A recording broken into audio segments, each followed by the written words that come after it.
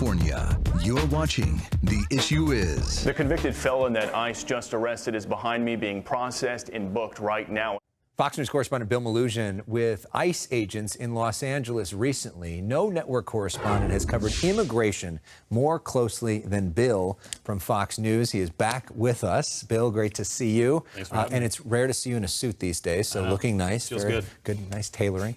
Now, this issue of immigration could have a big impact on the election. Yep. A recent Gallup poll, which we'll put up on the screen now, shows that immigration is the #1 issue in the country over concerns about the government, the economy, even inflation. And so people are focused on this. And you recently went along with ICE here in Los Angeles. What did you see? So they had a targeted operation where they were going after drug traffickers. So they developed intel on 3 convicted felons, all convicted of felony drug trafficking, who are out in the community here in Los Angeles. LA is a sanctuary city, so the locals don't work with the feds. So ICE went out, arrested all 3 of them. Some had violent histories as well. Some had been deported multiple times. All had been released from custody without any notice to ICE. So ICE says, look, we're only going to go after the bad apples. We're not going after kids at school or grandmas in hospitals. We're going to go after convicted felons. So they picked up 3 of them and got them off the streets here. And talk more about that when it comes to the sanctuary policy. How is that different than, say, in a different city? So essentially, say someone who's in the U.S. illegally commits a crime and gets convicted of a felony. Eventually, they got to get let out of jail or let out of prison. In a sanctuary jurisdiction, the locals will not notify ICE that, hey, this convicted child molester is going to be let out of jail. You might want to come get him. Or ICE will file what's called a detainer request, which is the Fed saying, hey, locals, can you please hold on to this guy for 48 hours so we can get agents there to take him into custody? The locals, if they're a sanctuary jurisdiction, they will not cooperate. They'll just release him to the streets. Boston, also a sanctuary jurisdiction. You went out with ICE there. Here's some of that. How are you guys not notified about a child rapist being released? Unfortunately, in Massachusetts, that's how it is with most of these sanctuary jurisdictions. So, similar problem there. What did you see on the streets of Boston? It's actually a way worse problem in Boston. Their sanctuary policies are way more significant than here in LA. It was a jaw dropper. In one single morning when I was with ICE in Boston, they arrested 4 alleged child rapists and a violent MS-13 gang member, all in just a few hours.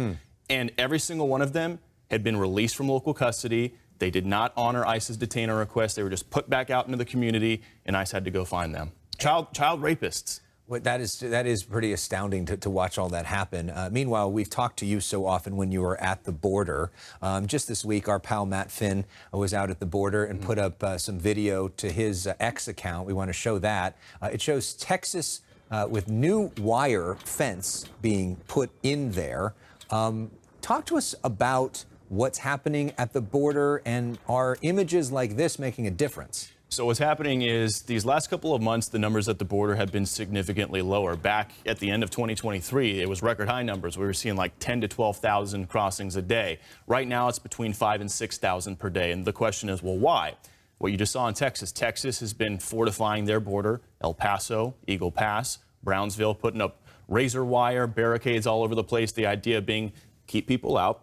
But another thing is also happening. The Biden administration has made some sort of an agreement with Mexico, and Mexico is now enforcing on their side of the border. They're taking migrants off trains. They're not letting them ride up on buses to the border. They got National Guard posted all over the place.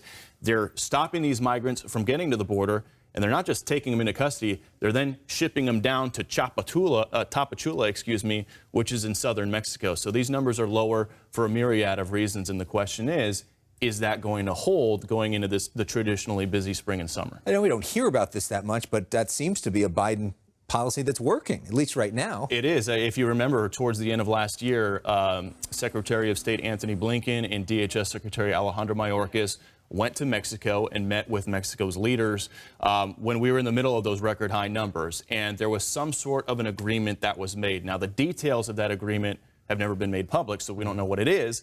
But it's very clear ever since then, Mexico has been beefing up enforcement on their side of the border. We have also seen year after year you out there in the heat of the summer, 115 degrees with all these people crossing. What do we see in terms of the forecast for this summer? Well, that's what's going to have to play out. Like, if Mexico continues this enforcement, we might see lower numbers, this 5,000 or 6,000 a day heading into the summer. Now, traditionally, Mexico, when they've done these enforcement, they don't keep it up for months. So if the last 3 years have been any indication, the Mexican enforcement is probably going to drop off at some point. We're going to start seeing record high numbers at the border again because, look, it's an election year. There are migrants out there who feel that Joe Biden's a lot more friendly when it comes to immigration than Donald Trump is.